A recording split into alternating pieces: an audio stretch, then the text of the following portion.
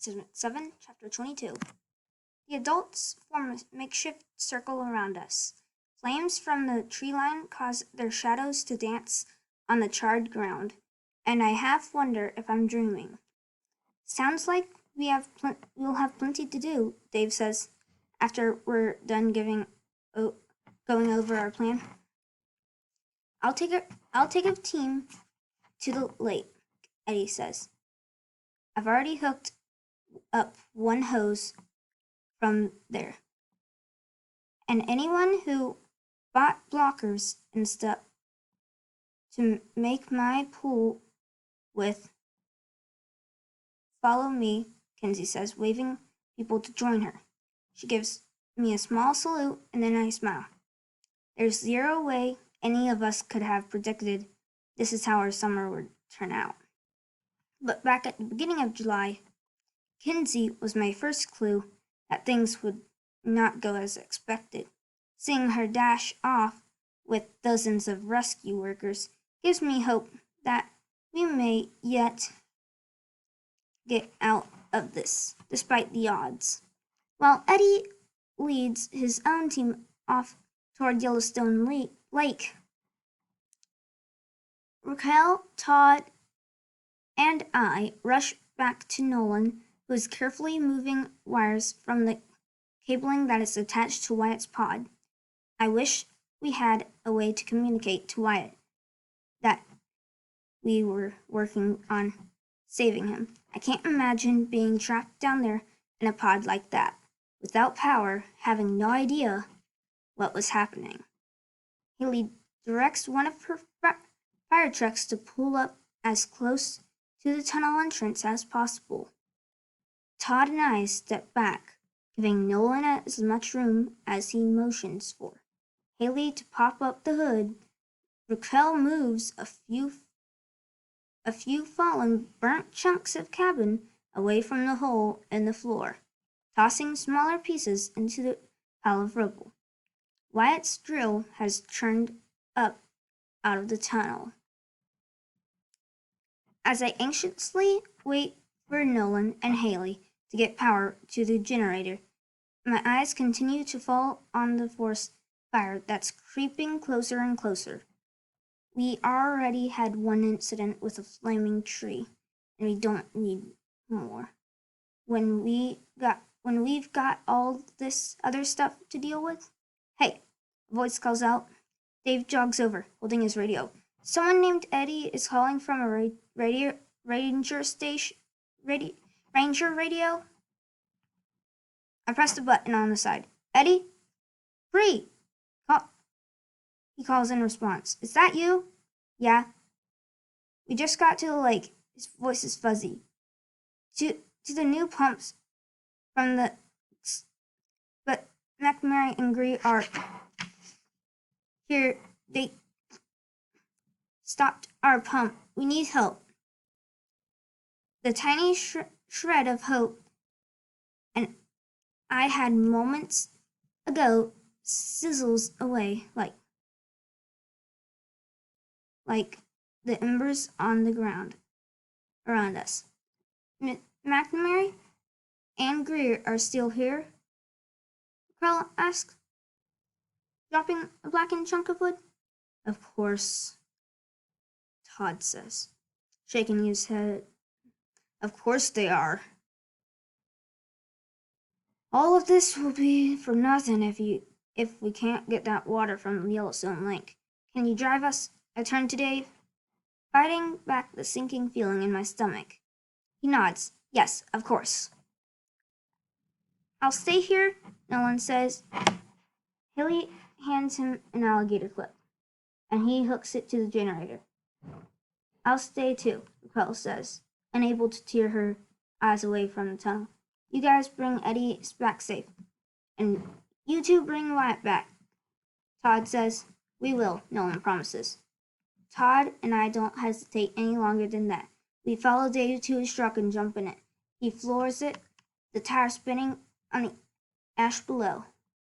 Several other trucks and jeeps follow us, each marked with the National Park Service logo. Don't worry, we'll stop them, Dave says. I'll throw them into the volcano myself if it comes to it. Yellowstone Lake, as it turns out, is only a couple of minutes' drive away as from where we are. It's just so hazy. It was impossible to tell before when we reached it. It's lined with other vehicles hooking up hoses, but many of those are fire trucks. But I also spy a couple of large tankers, and then I see Greer and McNamara's half-submerged truck with the pump from the cave. People are swarming it. There's a full-on brawl between Greer and McNamara's men and a bunch of rescue workers. Water flies every which way, sparkling orange glow of the sky. Amid the chaos, Eddie carries a section of the huge slurry hose over his head, trying to climb out of the lake. We come to a halt, and I leap out of the truck, not sure where to even begin. Get out of the water now! Get out of the water! Eddie's screaming, get out now! Nobody is listening to him. I can't even figure out why he's yelling until Todd clues me in. Oh no, he whispers to me. The lake is heated by thermal vents. I look closer and notice pockets of steam rising from the center of the lake, an eerie omen that sends terror straight into my gut. With all the seismic activity that's going on, this lake could end up hot enough to boil. Get out of the water, Todd yells, adding his voice to Eddie's. Tell everyone to get out. I look to Dave, but he's already raced into the action to help take out Greer and McNamara's men. What do we do? Todd asks me. I glance down at the obsidian stones lining the edge of the lake. They start to hop up and down as another miniature earthquake rumbles through. I reach for one of the sharper obsidian pieces. It's the only weapon I can think of. We're getting everyone away from that pump, I say. Todd nods at me. The lake must finally be getting hot enough for others to notice, because before we can move in, there's suddenly a lot more shouting and screaming. People scramble over one another, splashing water left and right, trying to get to shore. As they reach dry ground, they collapse, spreading their limbs out on the rocks, yelling in pain. Whether it's from sharp stones or the burns on their skin, I don't know. Let's go, Todd says. We race towards the people. I'm not sure if we're running to help them or to fight them at this point. Honestly, things have been changing so fast. I'm sure we'll figure it out once we're there. Meanwhile, Eddie has dragged the slurry hose out of the water with him. Guys, he calls, waving at us from about 20 yards down the rocky shore. Eddie, I yell, we're coming. Todd and I are nearly to his side when suddenly Styles is there, appearing almost magically out of the hazy smoke-filled air and grabbing for the hose in Eddie's hands. Where did you come from? Todd asked, exasperated. I chunked my rock at Styles. Nice try. Styles growls in response, easily dodging my throw. Spinning, he sends a kick straight into Eddie's stomach, sending him sailing back into the lake with a massive splash. Eddie! Todd shrieks. No! I yell. Greer pulls up next to us with a truck that kicks up obsidian stones with its tire like tiny glass missiles. We duck. McNamara is in the passenger seat. Get in, she directs. Stal jumps into the back of the truck, and Fee helps pull in the large end of the hose. They've given up on stopping the pump. Seems instead they're cutting the accordion like hose somewhere else. It unwinds from the giant coil, lengthening more and more as they drive farther away. Dave, I yell for the park ranger. We have to catch them. He hears me and races back to his truck. Meanwhile, Todd has waded into the steaming water to pull Eddie out. Dead fish start to wash ashore. Todd reaches Eddie, and they put an arm on each other, yelling and gritting their teeth as they make their way out of their lake together. My heart is in my throat as they collapse on the shoreline. While the water might not be full on boiling, I can't imagine how much pain they're going that in.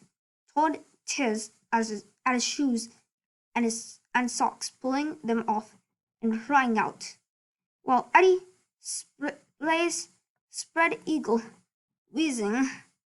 I want to run and help them, but just at that moment, Dave pulls up to get me, and I have to make a choice. I close my eyes. They're out. They'll be okay. Sending a mental apology to Eddie and Todd, I climb into Dave's truck. Eddie, I climb into Dave's truck with a force that slams me back against my seat. Dave takes off after Greer, McNamara, Fee, and Styles. What we're going to do, I don't know. But what they're planning on doing, I don't know. In the rearview mirror, I see several people gather around Todd and Eddie, tending to them, and I relax back slightly in my seat. They'll be okay, I repeat in my head. Oh no, Dave says. I look forward again in the makeshift parking lot of semi-trucks and constructed vehicles. Greer and McNamara head straight towards him in the burnt cabin in the hole in the wall, and Greer is Steven Fowles still clutched the flare hose, which straight behind him, and then another great constant roaring explosion, and the distance grows louder. No, my heart seizes in my chest. No, not yet. The billowing clouds from the eruptions expand rapidly. Ash falls, and the larger and larger clumps on Dave's windshield. Is this a supervolcano? Dave asks over the horrifying noise. I don't know, I answer. I don't think so, but I don't know. Greer pulls her truck to a stop as we swerve a backhoe. The rumbling gets to be too much. We have to stop. Dave hits the brakes, and I brace myself from flying forward. I try to reach the door handle, but the ground is moving too badly. I bounce up and down in my seat, and I have no choice but to use my hands to cover my head.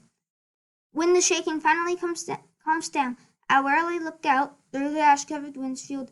The farthest I can see up ahead, on the left, is where the massive wall of concrete barriers getting lined up. Kenzie's tiny form points this way and that as huge bulldozers shove the blocks forward, slowly working their way around the perimeter of the eruption site. The latest quake may have stopped, but the ash is only getting thicker. Thunk, thunk, thunk. Oh my gosh.